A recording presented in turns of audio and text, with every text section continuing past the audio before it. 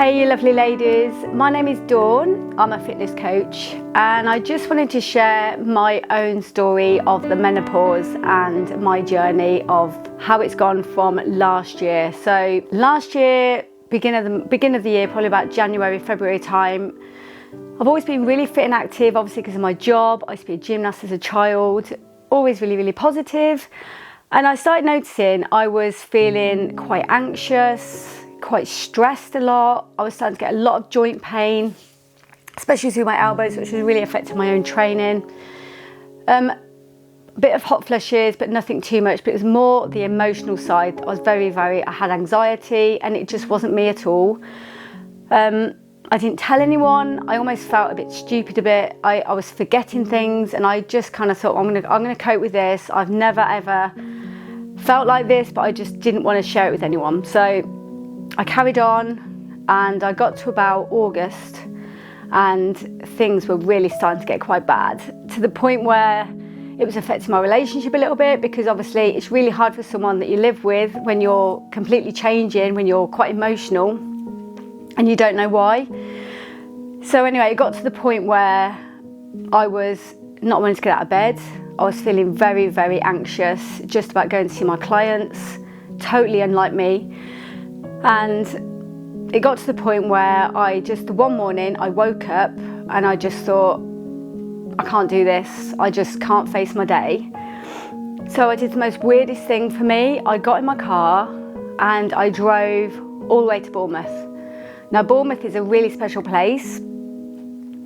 It's where my mum and dad's ashes are, and it's where we've got a bench, and it's where all my holidays were as a child. So it's like really close to my heart.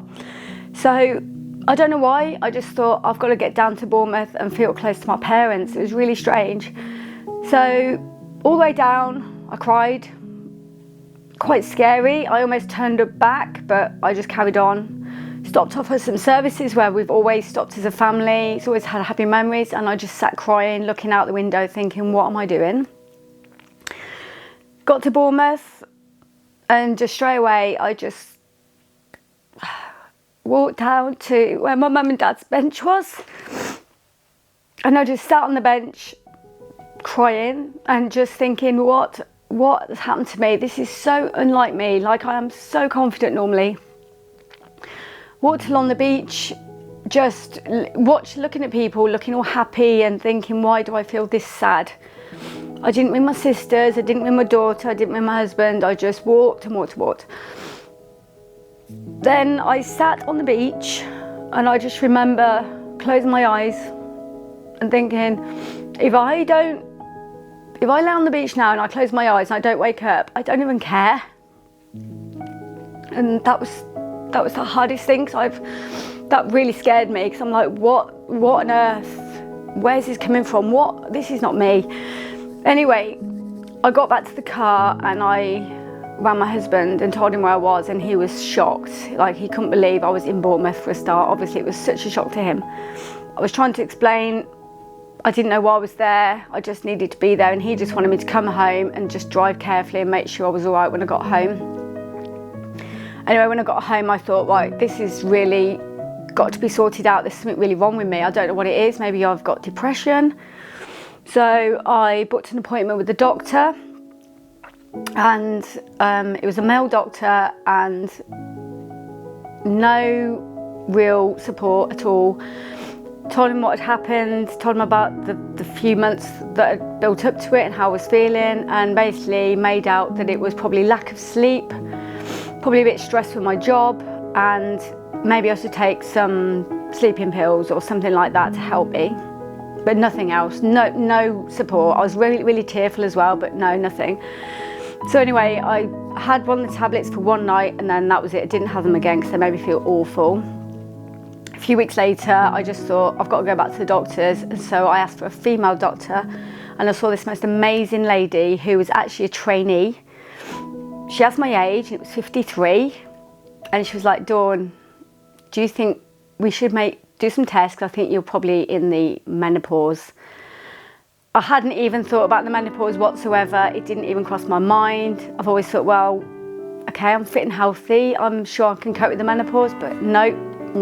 It was definitely something I never thought about. So she offered to do some blood tests, and when they came back, it confirmed I was definitely post-menopause. So I'd obviously been through the perimenopause and hadn't even realised, and then it just hit me like a train, like without warning. That was amazing, because then I had an answer for how I've been behaving, how I've been feeling. I suddenly started to share my story with people, my clients, other people on my Instagram page, and the amount of people that came back to me and said, oh my God, this happened to me, or this is happening to me right now, or maybe it could be what's going on for me. I got so much support and felt a completely different person. Straight away, I felt like a weight had been lifted, because suddenly I thought, right, I now know what this is. And I'm not going to blame myself. I'm not going to blame myself for feeling sad sometimes or feeling really emotional and really stressed. I'm in a completely different place now, 54. Still get a bit stressed sometimes, very emotional sometimes, but the main thing is I completely understand why I have these things. I give myself time to rest. I give my time to take time out if I need it.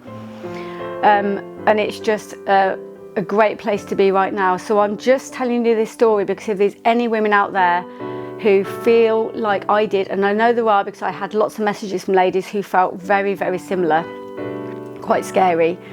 Please, please, please just take a moment to think about where you're at, and then go and at least go and speak to your doctor. Maybe talk to people around you in your family if you can, because honestly their support means so much. So I just want to let you know this story, just to hopefully help you as much as I can.